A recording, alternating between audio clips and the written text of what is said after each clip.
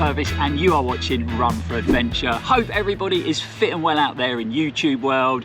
We are back out on the epic Cornish coast path, but we are also back with our second episode in the series where we're going to follow my training to this year's TDS at UTMB.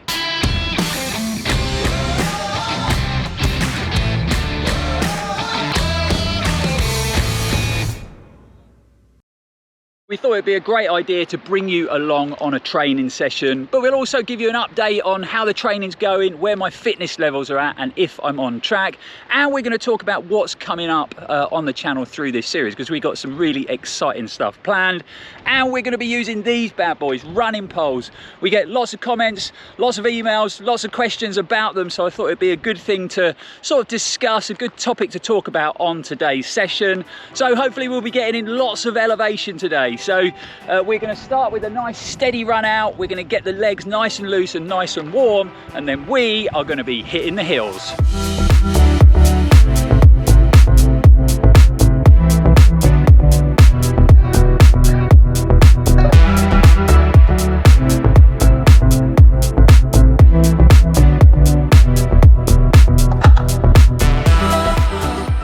So we've made it out to a bit of a legendary spot here on the North Coast, and it's called the Bitches, or we call it the Bitches. And you can see in the background, as well as the lovely cows, we got some really steep descents and then some big old Cornish steps. I've come out to here because we've got this drop here, and then literally just over that little headland there, you've got another one. So we've got two steep descents, steep climbs back to back. So it's a perfect place, and lots of runners out here, if they're training for an ultra or they're training for a sort of mountainous race, they'll come out here and they'll rep these dips. And that is exactly what we're going to be doing today. We're going to try and get in roughly 1,000 meters of elevation, hopefully. And that's why I brought the poles along. Like I said, a really tough thing to sort of condition yourself for when you're living here in the UK at sea level is mountainous ultra marathons, and that is exactly what the TDS is. Lots of gain, lots of steep descents that really beat the quads up. So coming to a place like this really helps. It's not the same, but it does give you a little bit of conditioning so that you can get through the race a bit easier. So let's get the poles out. Let's get down that first descent and then up them big steps on the other side, and we'll see how we get on.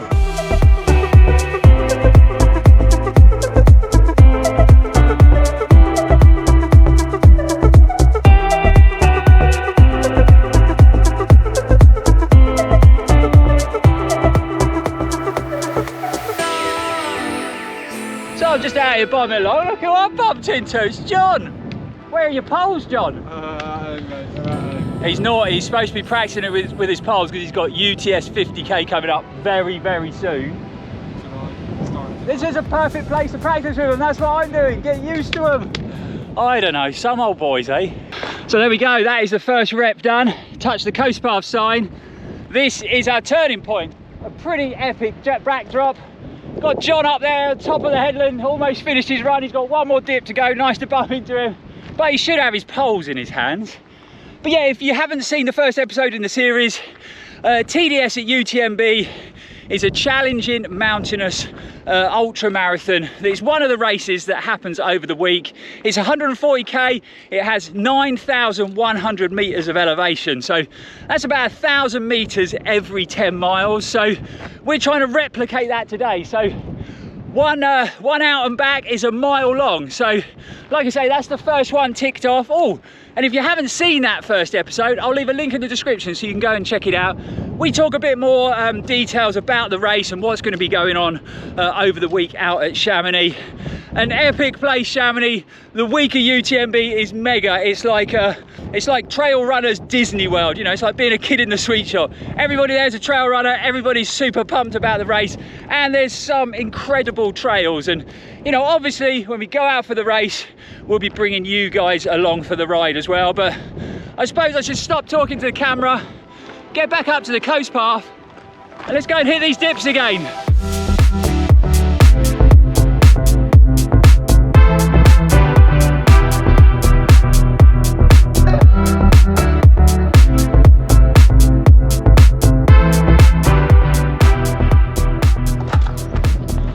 So as we tap out for the fourth round, we've covered 1,000 feet already, and we've only done, distance-wise, where are we? 2.6 miles. So you can see, coming out here and hitting the dips, it really does kind of replicate what I'm gonna have to do at the TDS. Obviously, it is still a bit different because we are repping here, and out in the mountains, it is a continuous effort.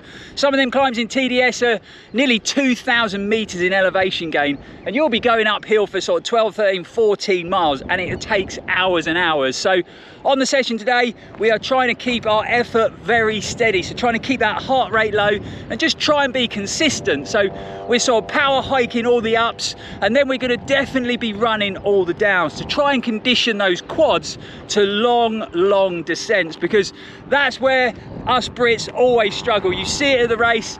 The Italians, the French, the Spanish, they're flying down the hills. Towards the end, most of the Brits are hobbling, walking backwards, or they've pulled out of the race. So running downhill, conditioning those quads, especially on these big steps, is really important when it comes to completing long ultras in the mountains. But let's carry on. That's 4 reps done, 1,000 feet again already, so doing pretty good. I'm feeling pretty strong.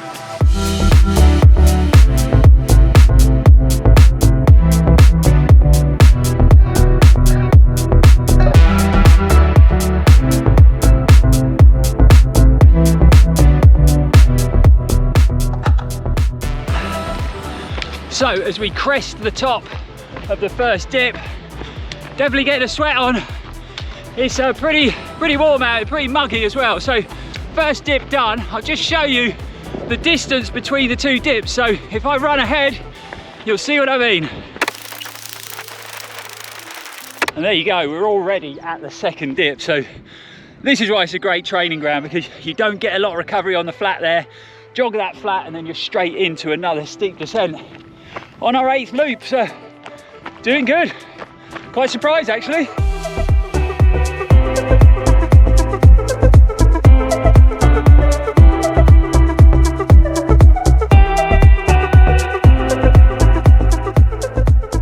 "2,000 feet check-in, and we're doing good. I feel strong, body feels good, and we've only just done over 5 miles, so we're getting this elevation in quicker than I thought we would. But we said we're going to talk about running poles. So I personally think if you're heading out to a mountainous ultra, or you're doing a long race here in the UK that's a bit up and down, then running poles are an essential bit of kit. Unfortunately, I learned the hard way. First big sort of mountain race experience, we went out to Transvolcania. I was definitely a little bit wet behind the ears and didn't really appreciate what I was getting into. I never took any poles with me, what a muppet. The race, if you don't know it, is from sea level, and the first climb takes you up to about 2,500 meters. And there's me with no poles. I was definitely the odd one out. I paid the price, man. My quads were trashed. I was in such a bad way. I couldn't even walk down the hills at the finish. I was having to walk down backwards, and it was all a bit comical. We got to the end, we finished that race, but I definitely learned a valuable lesson that day. In these long mountain races, you might be sort of hiking uphill for 2, 3, 4 hours in some of them. So the poles really do help take a bit of strain off the quads when you're going up. They also help when it comes to posture. Keep that back nice and straight, take the fatigue off the lower back. But I also think they can really help going downhill. You know, they can take again a bit of load if you're going down big steps or a steep descent. It's another point of contact as well, so it can really help if the ground's loose and you want a bit of extra stability. So I'll never go out to the mountains again without poles. They will always be in my race kit on race day. I personally use Salomon's carbon mountain poles, but there's lots of brands out there. Brands like Lecky, Black Diamond. They make quite expensive poles, or you've got really affordable poles from Harrier Trail Running. What I'll do is I'll leave lots of links below to lots of different pole models and manufacturers, so you can check them out, because there's a lot to choose from. Right, let's tap out and down we go again. Awesome. Let me just move the camera around so you can see this epic view. Look at that. So yeah, my poles are what we call Z poles. So they basically sort of break down and pack down into a very small unit, so very easy to sort of store away in a hydration vest or a race belt. They've always been my poles of choice, but you do see a lot of guys when you're out of these mountain races, Italians, French, Spanish, they'll be using a fixed length pole that doesn't break down or doesn't stow away. So maybe they know something that we don't. But yeah, carbon poles, but you can also get aluminium poles, and you know, there's benefits of both. The carbon poles are a bit lighter, a bit stiffer, so you can maybe get a bit more power through them, but they can also snap a lot easier if you get them, you know, stuck between some rocks, and then you're stuffed in your race. Whereas aluminium poles, they're obviously cheaper, they are a little bit heavier but still pretty light, and if you do get them stuck, they're not going to snap, they're going to bend. You can stop, bend them back into position, and off you go again. So like I say, there's pros and cons when it comes down to carbon poles or aluminium poles. Anyway, that's enough talking. We've got another 1,300 feet again to get in before the end of this session, and I think what we'll do is, once we finish the session, we'll just talk about what else we got coming up on the channel as far as this training for TDS series, and we're also going to run you through sort of my top tips when it comes to using and buying running poles. Right, let's get up this hill.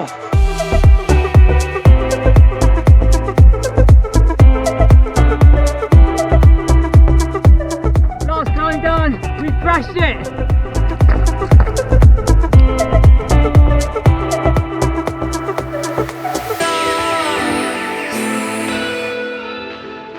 So we've only gone and crushed it.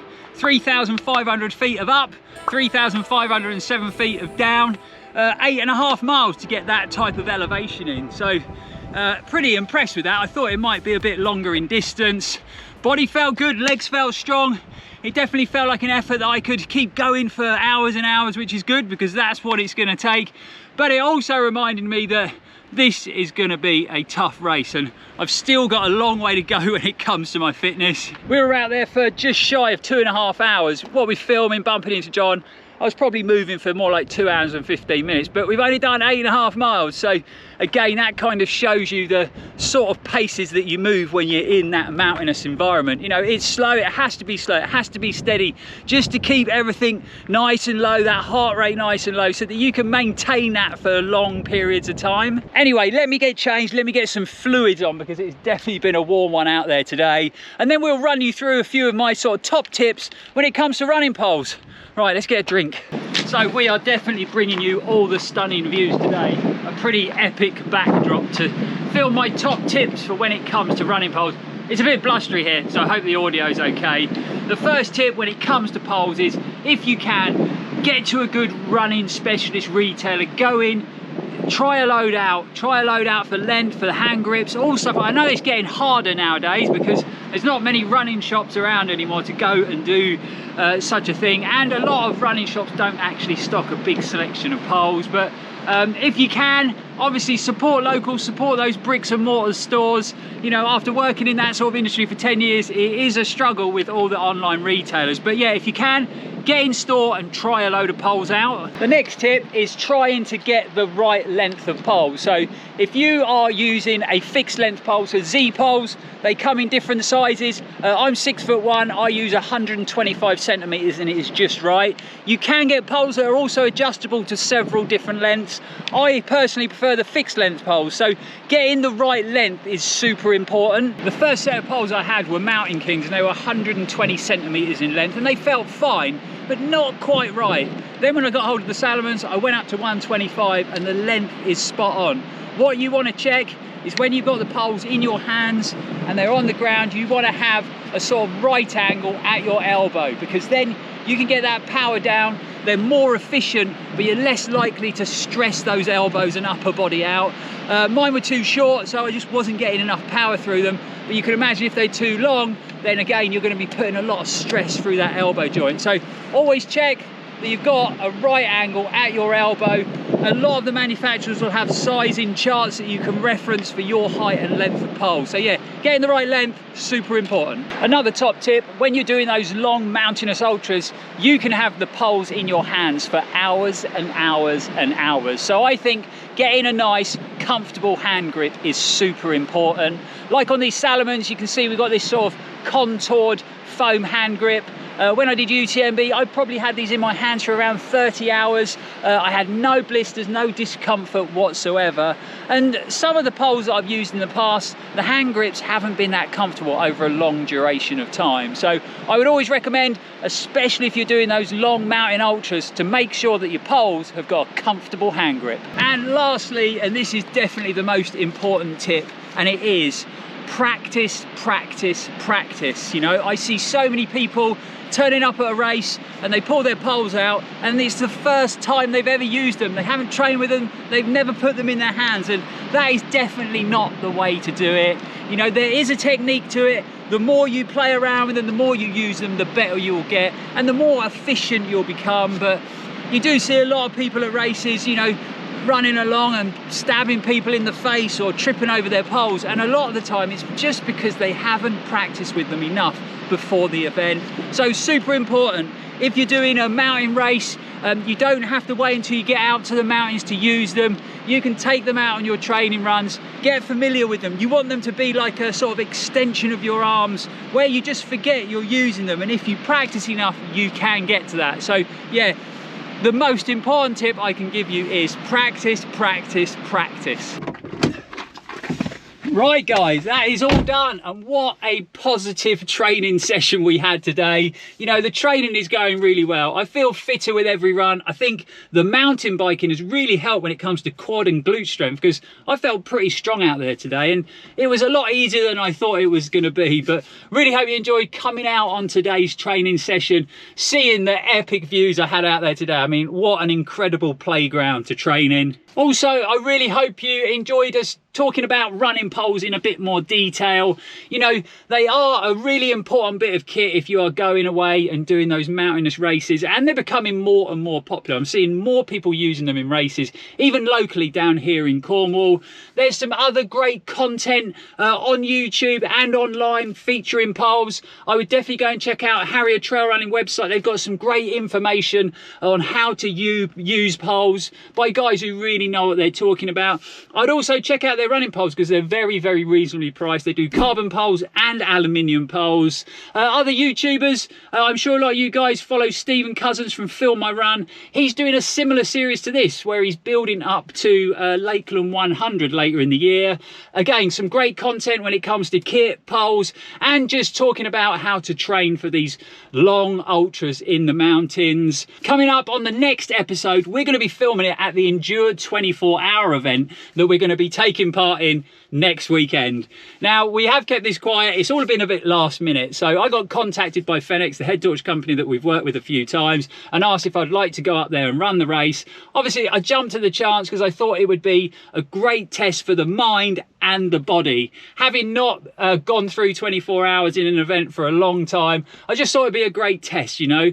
We're not going to race, we're not going to beat ourselves to death. We're going to go out there and try and keep moving for 24 hours. A bit of running, bit of walking, practice nutrition, practice hydration, things like that. Because, you know, at the end of the day, if I can't go 24 hours on my feet now, then I really am going to struggle at TDS in August, because that race is probably going to take me 30 plus hours. So again, it'll be a great test of my body and my mind, keeping moving for 24 hours, the lack of sleep and all them other things. And it's just going to be great to go up to the event. It looks like it's going to be epic. So myself and Lee are going to be traveling up. Lee's going to come and crew me and film, and I'm going to try and keep moving for 24 hours. So that is going to be the next episode in the series. But for now, guys, thanks for watching. It's really appreciated. Hope everybody is fit and well out there. We will see you back here very soon. And as always, stay safe and keep on running.